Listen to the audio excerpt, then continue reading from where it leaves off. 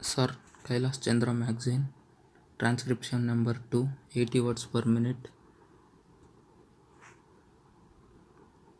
10 seconds, 5 seconds.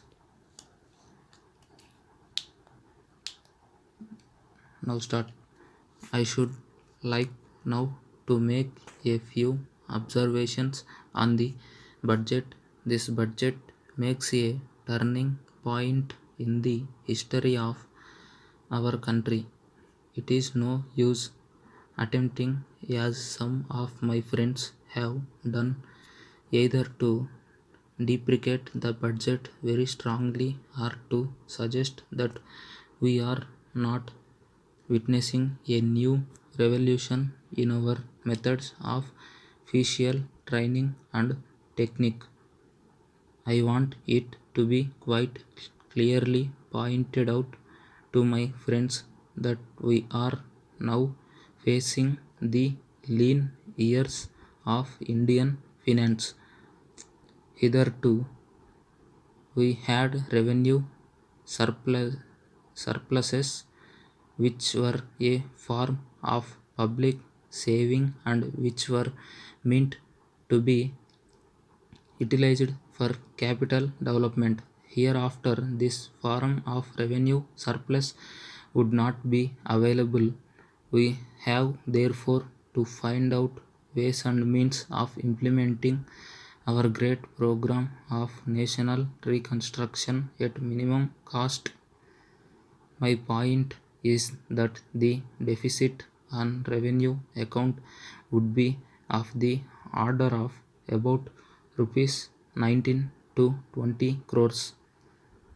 Here, let me point out that I do not agree with those of my friends in the finance department who have attempted to suggest that rupees 9 or 18 crores which are obtained from Pakistan should be put to the revenue side of the budget. They are to be put on the capital side, but that does not seriously alter the trend of my argument. What I am suggesting is that we would have to be prepared for a deficit of a much higher order even on the revenue side. That itself should make us realize that there are very many problems which we have to face and that we have to undertake ways and means of increasing the resources of our country so that it might be possible for us to have a greater amount of surplus or a greater amount of public saving for the purpose of financing capital development. The finance minister, in the course of his speech, Mr. Deputy Minister, pointed out that the deficits during the past 2 years were of the order of rupees 83 crores. I venture humbly to disagree with him because I feel that when we are talking of deficits, we must take into account the overall deficit incurred by the central government and that would be of the order of rupees 200 crores. During the years of relatively light expenditure, we had shortfall of about rupees 200 crores. Undoubtedly, now we are going to have a very great amount of expenditure. We might have a greater amount of deficit and we would have to find out of uh, ways and means of trying to meet our capital expenditure. Some members have pointed out that deficit financing is good. Others have pointed out that it is poison. One honorable member who preceded me pointed out that it could be taken like a tonic. Now I am not willing to enter into the merits of deficit financing or demerits of deficit financing in an academic spirit. The time has now come when we should face realities.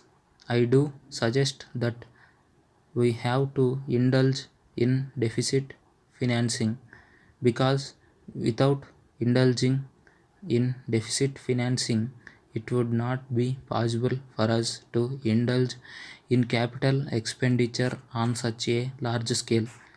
But when we are talking of the scope of deficit financing, I would like to place before the House and the Finance Minister the two great limitations which face us.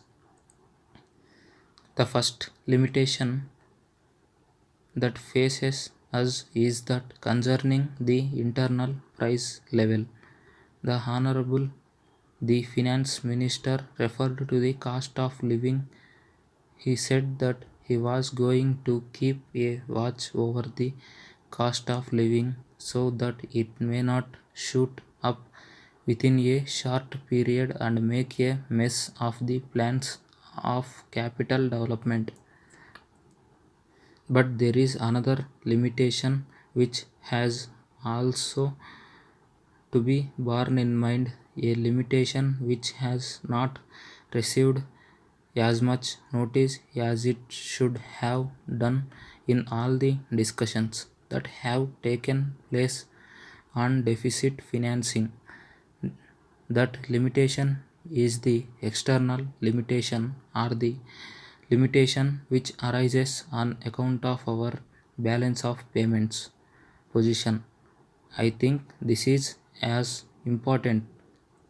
Mr. Deputy Speaker, as the internal price level, and I should like to elaborate that particular point a bit more because I feel that a time will shortly arrive when we might have either to reconsider our policy or might even have to leave the Sterling Club of which we are a member. The second serious limitation is as serious as the first. What would be the consequences of deficit financing on our balance of payments? The finance minister, in his budget speech, points out that so far as the balance of payments position is concerned, they have now, whether it is by accident or design, a favorable balance and they have contributed about rupees 63 crores to the dollar pool during the past 6 months. But the moment we indulge in deficit financing, we have to be prepared for worsening of our balance of payments. Stop.